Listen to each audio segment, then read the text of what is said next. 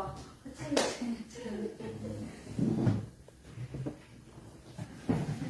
예, 오늘 우리는 2025년도 성탄절을 준비하는 대강절 네 번째 주일을 맞이하였습니다. 누가복음 1장 20절부터 38절을 본문으로 해서 아멘, 말씀대로 되게 이루어지이다 라는 제목으로 짧은 시간이지만 하나님의 말씀을 나누게 될 때 하나님의 은혜가 풍성할 줄로 믿습니다. 오늘 말씀의 제목이 어떻게 된다고요? 아멘, 말씀대로 내게 이루어지이다. 다시 한번 시작. 아멘. 말씀대로 내게 이루어지다. 아멘. 아멘. 아멘. 아멘. 말씀대로 내게 이루어지다. 아멘. 말씀이 나에게 그대로 이루어지기 아멘합니다. 아멘. 아멘. 예, 성탄절. 우리 세계 모든 기독교회는 전통적으로 그 성탄절을 준비하는 대강절 기간에 4주에 걸쳐서 각각 초를 밝힌다고 그랬죠. 초를 밝히는데 초가 중요한 게 아니라 초에 불이 붙었을 때 나타나는 뭐가 있어요? 빛이 있죠. 그 빛이 중요한 거예요. 그 빛을 우리가 눈으로 볼 수 있도록 하기 위해서 초라는 매체, 도구를 사용한 것 뿐입니다. 그래서 초 아니어도 다른 걸로도 되는데 초를 가장 오랫동안 사용해왔기 때문에 초가 중요한 매체가 되었고 상징적 의미를 가지고 있죠. 그래서 대강절 첫째 주, 둘째 주, 셋째 주, 넷째 주까지 각 주에 걸쳐서 그 빛이 가지는 의미가 있습니다. 첫 번째 주에는 예수 그리스도께서 우리에게 오실 것이다 라는 소망을 품게 되는 소망의 빛. 두 번째 주는 그 소망을 이루기 위하여서 우리가 참된 평화가 이루어져야 돼요. 하나님과 나, 그리고 우리가 서로가 서로에게 평화가 이루어져야 되는데 그 평화가 이루어지기 위해서는 뭐가 있어야 되냐면요. 회개와 화해가 있어야 됩니다. 그래서 평화와 회개의 빛이 비춰지는 두 번째 주. 세 번째 주는 이제 예수님이, 우리 독생자 예수님, 구세주가 오십니다 라는 기쁨이 넘치죠. 기쁨의 빛이 밝혀지고요. 오늘은 네 번째 주로서 무엇이냐? 우리를 사랑하신 그 하나님, 죽기까지 우리를 사랑하신 예수님의 그 사랑의 빛이 우리에게 비춰지는 사랑의 주일이 되는 것입니다. 이 사랑의 주일에 오늘 본문 말씀이 사용되어지는 이유는요, 무엇이 있느냐? 우리를 사랑하신 그 하나님의 사랑과 그 하나님의 사랑이 이 세상 가운데 나타날 수 있도록, 드러날 수 있도록, 표현될 수 있도록 한 여자가, 한 여인이 자기 모든 것을 내걸고 헌신한 순종이 만나는 주일이 바로 오늘인 거예요. 이 사람의, 이 여인의, 이 자그마한 여인의 순종이 없었더라면 이 빛이 우리에게 비춰지는데 많은 시간이 더 늦춰지게 되었을 것입니다. 그래서 오늘 이 순종과 사랑의 빛이 우리 가운데 충만하게 풍성하게 비춰지게 될 줄로 믿습니다. 우리 함께 본문의 말씀을 읽어보겠습니다. 누가복음 1장 26절부터 30절입니다. 시작. 여섯째 달에 천사 가브리엘이 하나님의 보내심을 받아 갈릴리 나사렛이라는 동네에 가서 다윗의 자손 요셉이라 하는 사람과 약혼한 처녀에게 이르니 그 처녀의 이름은 마리아라. 그에게 들어가 이르되 은혜를 받은 자여 평안할지어다. 주께서 너와 함께 하시도다 하니 처녀가 그 말을 듣고 놀라 이런 인사가 어찌하는가 생각하매 천사가 이르되 마리아여 무서워하지 말라. 내가 하나님께 은혜를 입었느니라. 아멘. 이 장면을 읽게 되면요, 저는 항상 떠올리는 장면이 있어요. 교회를 오래 다니셨거나 성경을 제법 읽어보셨거나 아니면 설교의 말씀을 많이 들어보신 분들은 뭔가 오버랩되는, 뭔가 겹쳐지는 장면이 떠오를 거예요. 뭘까요? 구약 사사기에 나오는 기드온을 하나님이 부르시는 그 장면이 생각이 납니다. 기드온은요, 미디안이라는 외국의 군대가 그 나라를 침략하고 있다는 소식을 듣게 되었을 때 추수해야 될 때인데 무서워서 땅을 깊게 판 포도주들에 숨어서 몰래 밀을 타작하던 겁쟁이였습니다. 그 겁쟁이 기드온인데 어느 날 하나님의 사자, 아무래도 오늘 본문에 나오는 가브리엘 천사일 것으로 예상이 되는데요. 그 천사가 사자가 기드온에게 나타나서 겁먹고 겁쟁이 그 기드온에게 뭘 하십니까? 큰 용사요 라고 부르는 거예요. 겁쟁이에게 큰 용사요 라고 부른 거예요. 왜? 그러면서 뭐라 하시냐? 하나님이 너와 함께 하시도다 라고 말씀하십니다. 오늘 본문에 나오고 있는 갈릴리 나사렛이라는 동네에 조그란 시골 동네에 살고 있는 이름 없는, 이름 있긴 해요. 유명하지 않은 한 17살에서 13살 뭐 왔다 갔다 하는 그 조그마한 여자아이 마리아에게 하나님의 사자가 가브리엘 천사가 나타나서 똑같이 이야기하죠. 은혜 받은 자요, 하나님 주께서 너와 함께 하신다. 기도원의 큰 용사요, 마리아를 은혜 받은 자요 라고 부르신 것을 보게 되면 하나님께서는 우리의 현재의 상황이나 환경과 모습을 그대로 부르는 것이 아니라 지금 이 순간 하나님이 찾아오셨고 하나님을 만났고 한 이 순간 지금부터 시작해서 하나님과 함께 살아가는 동안 이제 훗날 변화되게 될 그때 그 모습을 미리 보시고 그 이름을 지금부터 벌써 불러주시는 거예요. 그러니 하나님께서 우리를 부르실 때는 지금 나를 부르시지만 이제부터 너 나와 함께 살아가자, 나와 동행하자. 믿음의 최절정이 뭐예요? 하나님과 동행하는 거예요. 나와 동행하자꾸나. 그러면서 너의 인생이 좀 더 좋은 인생으로 변화될 것인데 그때 너의 모습을 보여줄게 라는 겁니다. 저기 수원에 저희 교단 저보다 훨씬 먼저 개척하시는 목사님이 계셔요. 그 목사님 참 좋으신 분이신데 그 사모님께서는요 굉장히 활발하셔요. 제 아내보다 더 활발하고 에너지가 넘치는 분이신데 제가 전도사 시절에 그 목사님과 사모님을 종종 만나게 되면요 그 사모님은요 항상 실수를 하셔요. 저를 부를 때. 지금은 좀 나이가 들어서 좀 처졌는데 그때 좀 올라가 있었고 조금 더 잘생겼거든요. 그때 이렇게 잘생긴 전도사님 오니까 반갑다고 인사하는데 아이고 전도사님 맞아. 아이고 목사님 하는 거예요. 전도사인데. 실수하셨나 보다. 아이고 목사님. 그 다음에 봐도 또 아이고 목사님 부르는 거. 전도사인데. 그래서 결국은 제가 이제 얘기해서 저 안수 받으려면 목사님 되면 한참 남았어요. 그러니까 아이고 어때요? 나중에 목사님 되실 거잖아요. 아이고 목사님 미리 불러주시오. 미리 불러주시오. 그 시간이 한 20년도 더 지난 지금 돌아보면 가끔가다 생각해보면 그래요. 전도사 생활을 하고 부목사 생활을 하고 개척교회 목사 생활을 하면서 그만두고 포기하고 싶었던 적이 한두 번이 아니었겠죠. 얼마나 많이 있었겠습니까? 그런데 가끔가다 그 생각이 났던 거예요. 목사님 되실 거잖아요. 하여튼 그 사모님의 그 고의적인 실수의 호명 그것으로 인해서 나름대로의 지탱할 수 있는 지지 기반이 되지 않았나 하는 생각도 가끔씩 하게 됩니다. 그런 것처럼 하나님은요 지금 현재 내 모습 우리 중학생 같은 경우는 이제 중학생 2학년인데 지금 중학교 2학년 뭐가 있겠어요? 뭐 대단한 건 없잖아요. 그렇죠?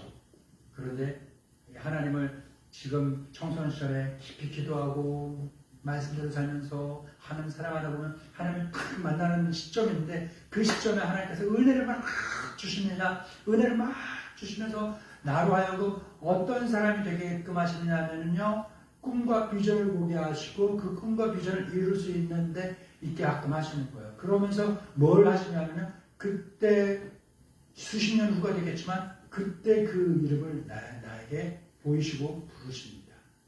그 은혜가 있는 겁니다. 저럼 하나님께서는요 내 지금 형편이 아니라 하나님과 동행함으로써 변화되게 된 훗날의 그 미래의 모습을 미리 우리에게 알려주시고 보여주시는 겁니다. 기드온이 숨어서 밀을 타작할 때 시골의 처녀 마리아가 하나님의 천사가 나에게 나타나겠구나 라고 짐작하지 못했을 거예요. 예상하지 못했을 거예요. 그렇죠? 예. 이처럼 하나님은요, 하나님의 역사하심, 찾아오심은 예상을 뛰어넘습니다. 나 스스로 평범해, 연약해, 나 별것 아니야 하는 사람들에게 하나님이 어느 날 갑작스럽게 찾아오십니다. 가브리엘은 갑자기 자기를 찾아온 그 천사를 보고서 무서워 떨고 두려워하고 있는 마리아에게 뭐라 하십니까? 무서워하지 마라. 내가 하나님께 은혜를 입었다. 은혜를 입었으면 죽을까요? 살까요? 죽을까요? 살까요? 과거 유대인들의 개념, 신앙의 개념에서는 사람의 눈으로 천사를 직접 보게 되거나 하나님을 보게 되면 죽는다 했어요.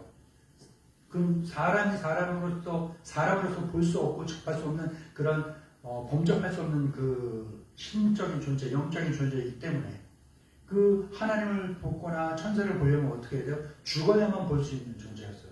그래서 천사가 갑자기 나타났어. 근데 마리아는 어때요? 천사. 나는 이제 뭐야? 죽는 거야. 그렇기 때문에 덜덜덜 떠는데 마리아에게 천사가 하는 거예요. 무서워하지 마. 너 하나님께 은혜를 입었으니까 죽지 않고 살 거야. 라는 거예요. 안심시키죠. 여기서 은혜, 마리아가 받은 은혜는 어떻게 받게 됐을까? 마리아가 착해서, 기도 많이 해서, 이뻐서, 돈이 많아서, 뭔가 능력이 있어서, 자격이 있어서? 아니에요. 하나님께서 일방적으로 그냥 이 사람을 선택해서 풍성한 은혜를 주시는 거예요. 선물을 주시는 거예요. 큰 능력을 주시는 거예요. 그래서 내가 이 사람을 통해서 인류를 구원할 그 귀한 일을 해야겠다라는 전적인 주권을 가진 하나님께서 베푸시는 이 풍성한 일방적인 호의가 바로 마리아에게 임한 은혜인 것입니다. 하나님은요, 우리에게 사명을 주십니다. 미션을 주십니다. 우리가 일평생 살면서 열심히 공부해서 좋은 대학에 가고 좋은 직장에 취직해서 열심히 돈을 벌고 열심히 집을 사고 열심히 차를 사고 열심히 애들 교육시키고 그러다가 죽는 것, 이걸 원하지 않으십니다. 우리가 공부하는 것도 하나님의 영광을 위한 것이고 좋은 대학에 가는 것도 하나님의 영광을 위한 것이고 우리가 좋은 직장에서 열심히 일을 하는 것도 하나님의 영광을 위한 것이고 우리가 많은 돈을 버는 것도 모으는 것도 또한 그 모으고 번 돈을 사용하는 것도 모두가 다 하나님의 영광을 위한 것이어야 하는 것입니다. 이것이 하나님께서 우리에게 원하시는 겁니다. 하나님의 사명, 하나님의 미션을 이루며 살아가는 것, 이것이 하나님께서 우리에게 원하시는 것입니다. 그래서 하나님께서 우리 모두에게 각자에게 알맞는 사명을 주시는 겁니다. 그러나 그 사명이 우리가 듣게 됐을 땐 부담스러울 수 있고 갑작스러울 수 있습니다. 때로는 너무나 버거웠다라고 느껴져서 두렵고 떨릴 수도 있습니다. 그러한 우리에게 하나님께서는 사명을 주시면서 사명보다 먼저 우리에게 주시는 것이 있는데 그것은 뭐냐? 너는 나에게 은혜를 받은 사람이다. 너는 내 은혜 안에 거하는 사람이다. 내 은혜가 너에게 충만하다 라고 하시면서 우리는 그냥 살아가는 사람이 아니라 하나님의 은혜 안에 살아가는 사람이요, 하나님의 은혜로 충만한 사람이요, 하나님의 은혜로 모든 것을 이룰 수 있는 사람이라는 확실한 그리스도인의 정체성과 하나님의 사랑을 확신시켜 주십니다. 또한 하나님의 은혜는 인간이 쌓아올린 이룩한 그 업적 위에 덧붙여지는 것이 결코 아닙니다. 하나님께서 그냥 무조건적으로 이 사람이야 사랑해야지 라고 결정하셨으면 그 결정이 시작되는, 그 결정된 그 자리에서 내가 하나님과 함께 해야지 라고 결정한 그 시간, 그 자리에서부터 시작되는 것이 하나님의 은혜인 것입니다. 여러분, 우리가 살아가다 보면 우리 삶에 감당하기 힘들고 어려운 무거운 짐이 있거나 상황이나 그런 변화가 있을 수가 있습니다. 이해할 수 없는 부르심이 생길 때도 있습니다. 그러한 상황과 환경, 그런 문제에 부닥치게 되었을 때 우리는 덜컥 제일 먼저 드는 생각이 뭡니까? 내가 어떻게? 나 못할 것 같아. 할 수 없어. 라고 두려워하고 머뭇거리고 뒤로 한 걸음, 두 걸음, 뒷걸음질 칩니다. 그러나 하나님은 마리아에게, 기도원에게 하셨던 것처럼 우리에게 말씀하십니다. 너는 이미 하나님의 은혜를 받은 사람이야. 따라해볼까요? 나는 하나님의 은혜를 받은 사람이다. 나는 이미 하나님의 은혜 안에 있는 사람이다. 아멘.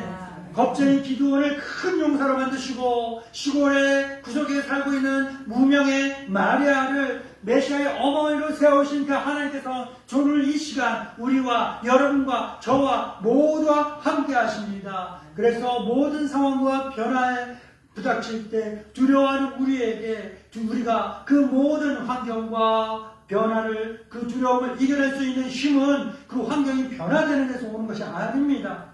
뭐에서부터 두려움을 이길 수 있는 힘이 시작될까요? 나에게 너 은혜 받은 사람이야. 내 은혜가 너에게 충만해라고 부르시는 그 하나님의 시선. 지금의 내 모습을 바라보는 하나님이 아니라 내 미래의 모습을 바라보신 그 하나님의 시선을 같이 따라가면서 보고 그 시선을 신뢰하는 데서부터 시작되는 그 시선을 신뢰하는 것, 하나님의 시선을 신뢰하는 것, 하나님을 바라보는 것과 같은 곳을 바라보는, 하나님을 바라보는 나를 같이 바라보는 그 시선에서부터, 그 출발점, 그곳에서부터, 그 시간, 그 자리에서부터 두려움을 이기는 힘이 넘쳐나게 되는 줄 믿습니다.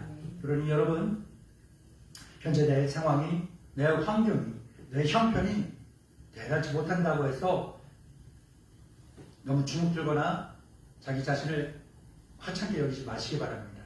지금 이 순간부터 하나님 나와 함께 하십니다. 내가 하나님과 함께 하겠습니다. 결단하고 결심하고 그렇게 하나님과 동행하면서 살아가게 되면 하나님께서 1년 후, 5년 후, 10년 후 내 이름을 불러주시고 그 하나님의 시선을 내가 따라가게 되면 우리의 모든 두려움은 이겨내고 평안과 기쁨 가운데 그 미래의 삶을 능히 이루어낼 줄 믿습니다.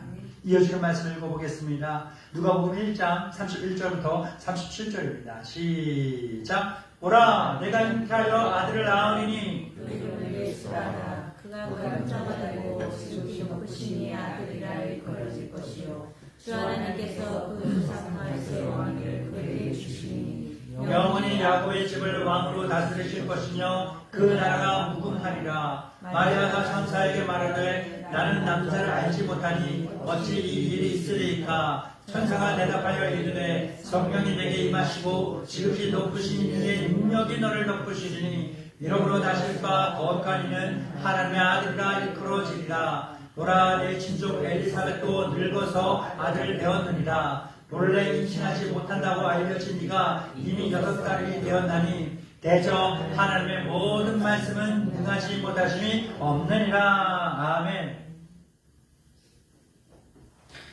마리아는 아주 현실적인 질문을 던지죠. 궁금증이 생깁니다. 내가 아들을 낳는다고요? 아기가 어떻게 생기는지 알아요? 어떤 과정을 통해서 생기는지 알죠? 네. 그러면 필수 조건이 필요해요. 남자와 여자. 그렇죠. 근데 마리아가 이야기하는 내가 아이를 낳는다고요?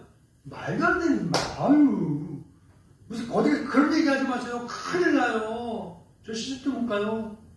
내가 남자를 모르는데 남자와 잠자리를 가진 적이 한 번도 없는데 어떻게 아이를 낳겠습니까? 라고 이야기한 거예요.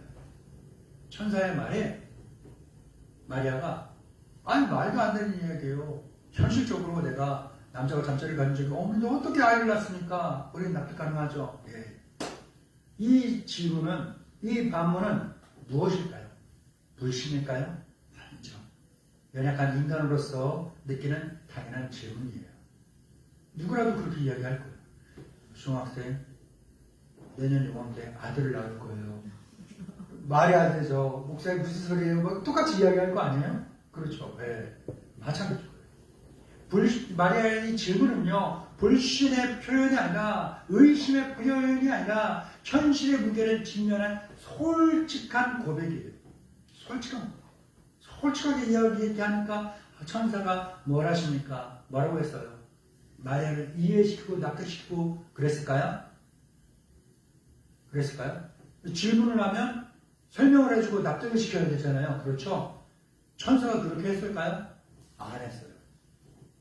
모든 불가능을 가능으로, 모든 비현실을 현실로 만드시는 하나님의 전능하심, 하나님의 권능만 설명한 겁니다. 성령이 내게 임하시고 지극히 높으신 이의 능력이 너를 덮게 될 것인데 그러면 되는 거야. 뭐가 있나? 왜 안 된다고 생각해? 충분히 가능하지. 충분히 가능하지. 하나님의 일은요, 인간의 계산이나 계획이나 그러한 상식이나 또한 생물학적인 그런 법칙에 갖춰지는 것이 아닙니다. 그런 것들이 하나님의 그 능력을 가둘 수가 없어요. 그걸 가둘 수 있으면 전능하신 하나님이 아니죠. 성령께서 임하시면 상식을 뛰어넘게 되는 창조의 역사가 일어나는 것입니다. 가브리엘은요, 이미 아이를 가질 수 없었던 엘리사벳, 이미 노인이었습니다. 나이 많은 노인이었어요. 그 엘리사벳이 수태한 지, 임신한 지 6개월이나 됐다. 와, 임신 6개월은 뭐예요? 자연적으로 유산이 될 가능성이 얼마나 있어요? 6개월이면? 있어요? 없어요? 거의 없죠. 6개월. 한두 달? 그 정도면 자연유산이 될 수 있어요. 그런데 좀 어느 정도 아이가 자라서 한 5개월, 6개월, 그 정도가 되면 자연유산된다는 게 거의 불가능한 그런 상황인 거예요. 그건 뭐냐? 이건 숨길 수도 없고, 이미 요 정도 나왔어요. 그래, 이미 숨길 수도 없고, 어떻게, 사람으로서는 어떻게 해결 방법이 없는 거예요. 하나님의 은혜와 능력이 나타났다는 확실한 증거가 되는 거예요. 그래서 6개월이 지난 이때 이야기한 거예요. 야, 숨길 수도 없고, 거짓말할 수 없는, 바로 이 상황 봐라. 하나님의 은혜다. 하나님의 능력이 나타났다. 라고 이야기하는 겁니다. 그러면서 천사가 마리아에게 뭐랍니까? 대저 하나님의 모든 말씀은 능하지 못하심이 없다. 이 말은 뭐예요? 모든 말씀, 하나님의 말씀은 능하지 못하심이 없다라는 것은 뭐예요? 반대죠. 강조되는 거예요. 뭡니까? 못한다는 거예요. 한다는 거예요. 한다라는 반어적 표현이 되는 것이죠. 신앙이란 무엇이냐? 그렇기 때문에 신앙이란 내 계산을 내려놓고 전능하신 하나님 믿는 게 신앙이에요. 아멘. 그렇게 믿으시기 바랍니다. 이해가 안 된다고, 납득이 안 된다고 해서 이걸 다 설명해 주면, 이해가 되면 그때 믿을게요가 믿음이 신앙이 아니에요.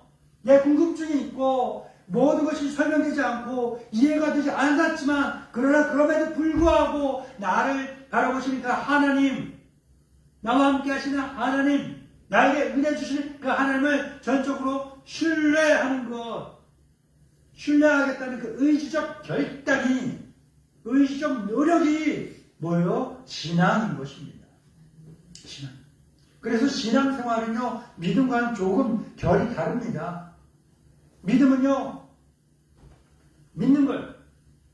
근데 신앙생활이라는 것은요, 뭐예요? 내가 힘쓰고 애쓰고 노력해서 그것을 살아내는 거예요. 살아나가는 거예요.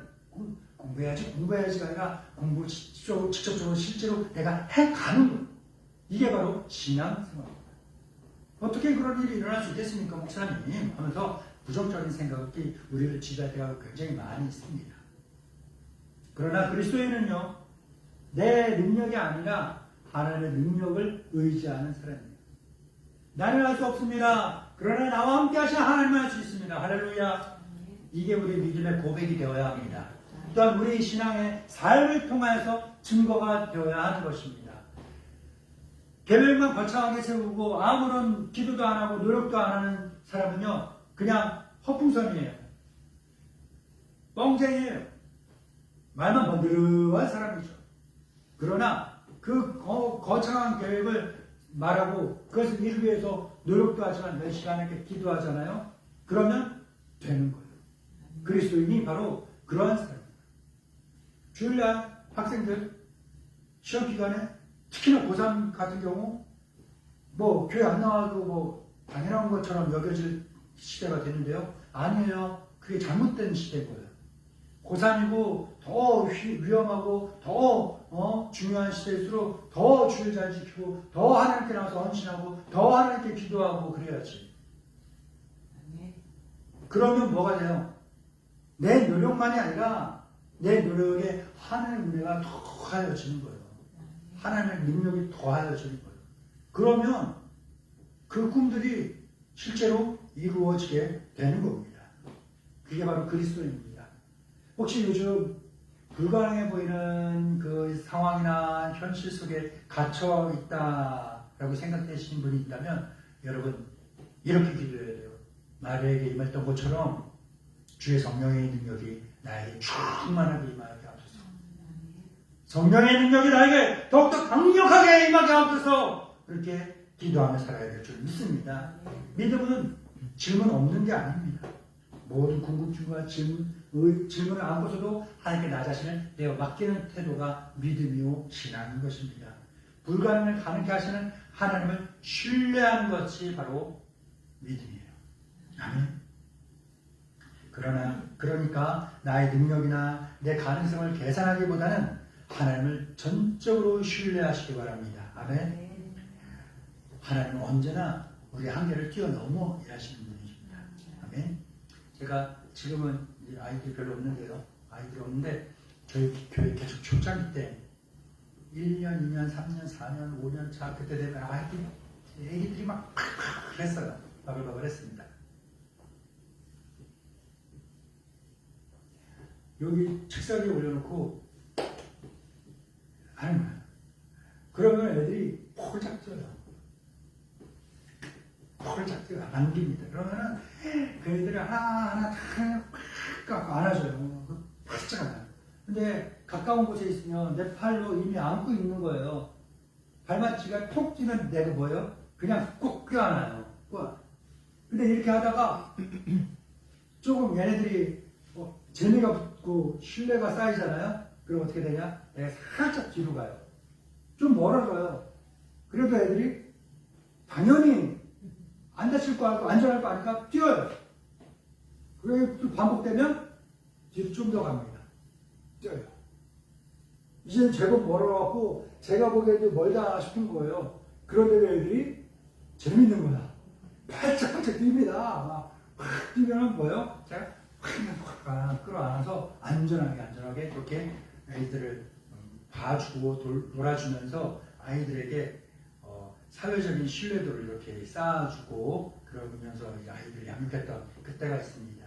여러분, 하나님을 전적으로 신뢰한다는 것, 하나님을 의지한다는 건 뭐냐면요, 그런 거예요. 내가 폴짝 뛰어서 지금 내 것에 아무것도 지지할 것이 없어. 믿을 게 없어. 누구를 향해 뛰는 거예요? 나를 분명히 끌어안아주고 안전하게 붙잡아줄 목사님, 하나님 계신다 하고 하나님을 향하여 뛰는 거예요. 그때 아이들은 눈에 보이는 목사님을 향하여 뛰었지만 우리는요, 뭘 하는 거예요? 여러분이 저를 향하여 뛰잖아요? 제가 받아주겠죠. 근데 저게 다칠 거예요.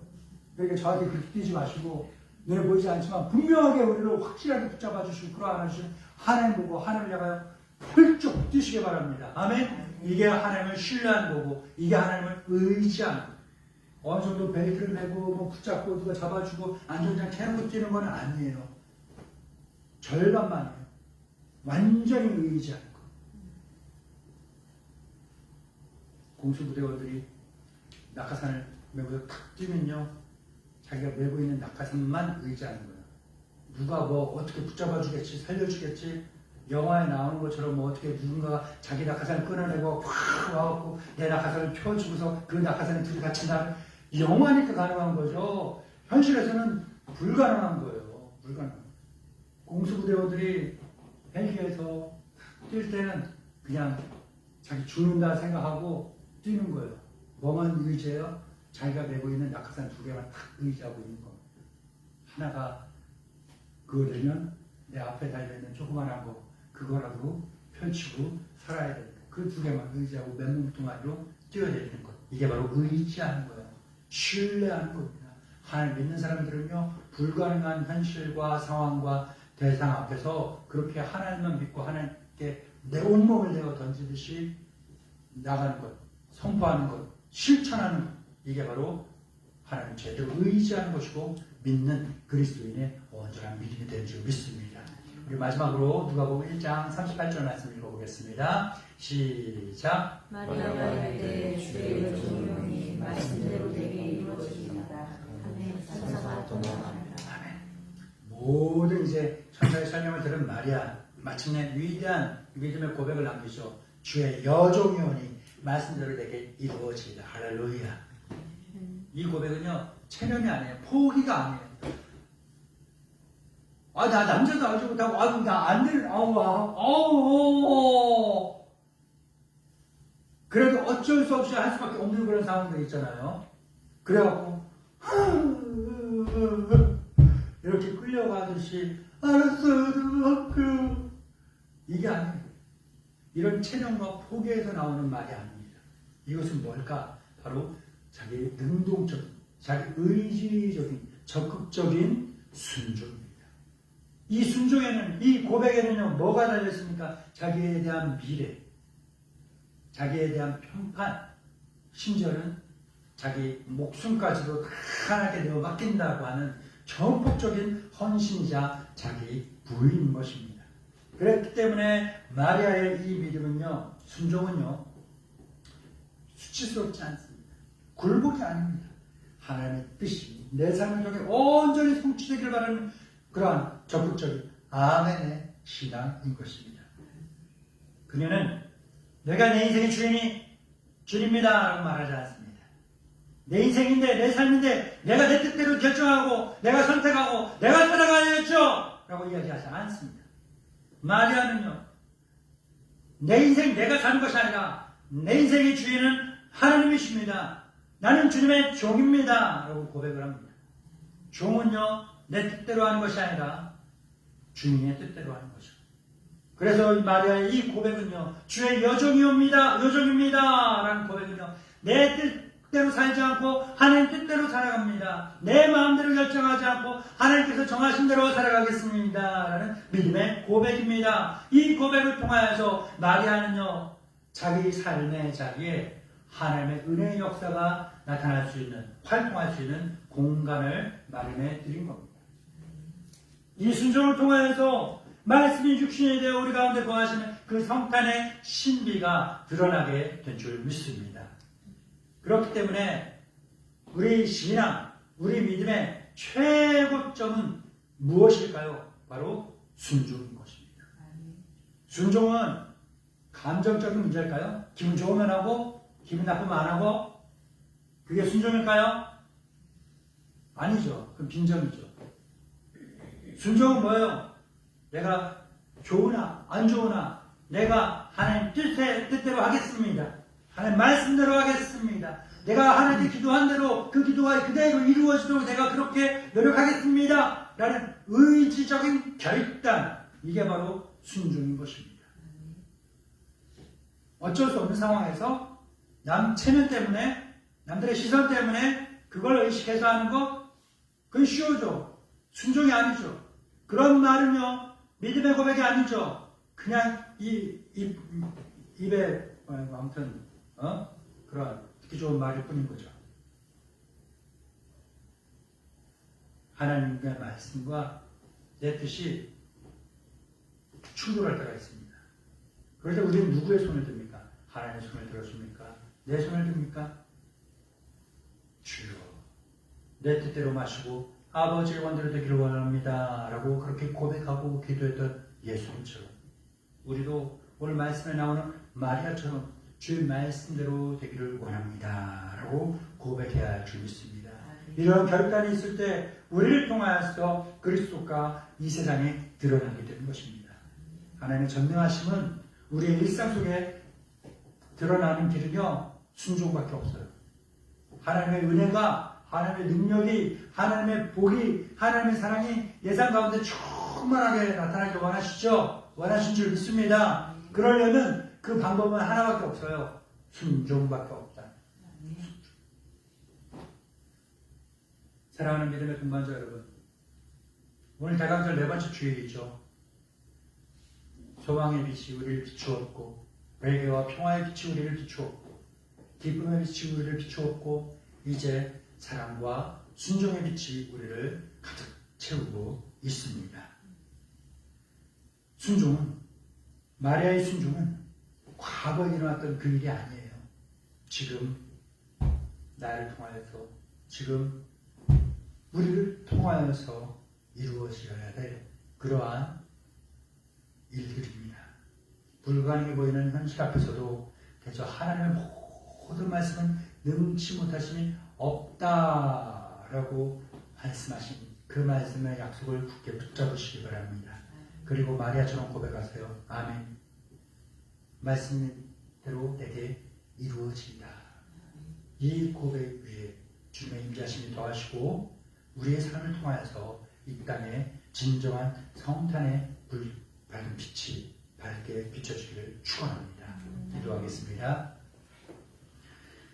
시몬이 대답하여 이르되 선생님 우리들이 밤새도록 수고하였으되 잡은 것이 없지만 말씀에 의지하여 내가 그물을 내리다 하고 그렇게 하니 고기를 잡은 것이 심히 많아 그물이 찢어지는지라.